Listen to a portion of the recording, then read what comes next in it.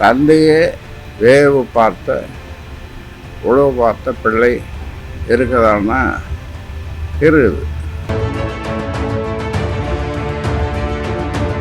ஆச்சி கொழுக்கட்டை மாவு வந்தாச்சு. ஆச்சி கொழுக்கட்டை மாவிற்கு கொழுக்கட்டை அச்சை கேட்டு வாங்குங்கள்.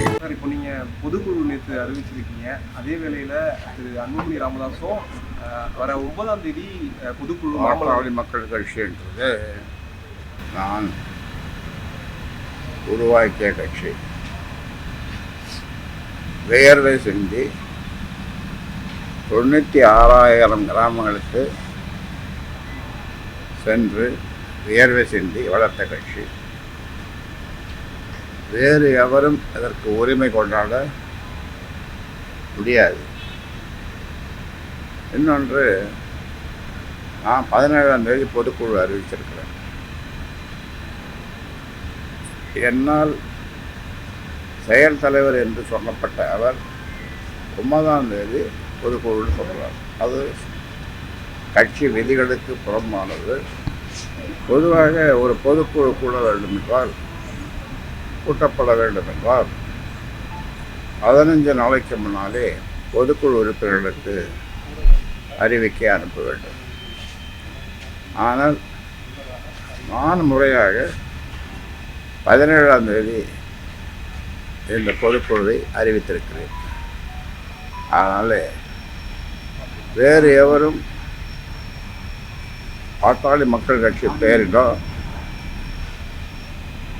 பொதுக்குழு கூட்டத்தில் என்று சொல்வது சட்டத்திற்கும் கட்சி விதிகளுக்கும் புறம்பானது. இன்னொன்று, இந்த பக்கை பற்றி தானே கேட்குறீங்க. பக்கு அது உலகத்தில் தந்தையே வேவு பார்த்த உழவு பார்த்த பிள்ளை இருக்குதான்னா இருக்குது.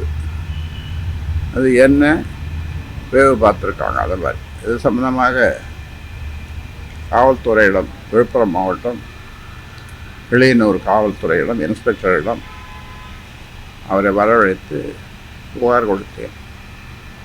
அதே போன்று சைபர் கிரைம் அந்த துறையிடமும் புகார் கொடுத்திருக்கிறேன். அந்த சிப்ஸு மோடம் அதெல்லாம் கூட காவல்துறையிடம் ஒப்படைத்திருக்கிறோம். ஒரு பக்கம் சைபர் கிரைம் காவல்துறை, இன்னொன்று நான் ஒரு ஸ்பெஷல் ஏஜென்சி அவங்கள அமர்த்தி அவங்க இது எப்படி எங்கிருந்து யாரால் இயக்கப்படுகிறது என்று அதையும் செய்திருக்கிறோம். அவர்களும் விரைவில் அது சம்பந்தமாக எனக்கு அறிக்கை கொடுப்பார்கள். இது இந்த பிரைவேட் ஏஜென்சி அப்படி என்பது காவல்துறைக்கும் சைபர் கிரைமுக்கும் உதவுவதற்காகத்தான். அது உதவியாக இருக்குமே தவிர வேறு ஒன்றும் இருக்காது. ஆச்சி கொழுக்கட்டை மாவு வந்தாச்சு. ஆச்சி கொழுக்கட்டை மாவிற்கு கொழுக்கட்டை அச்சை கேட்டு வாங்குங்கள்.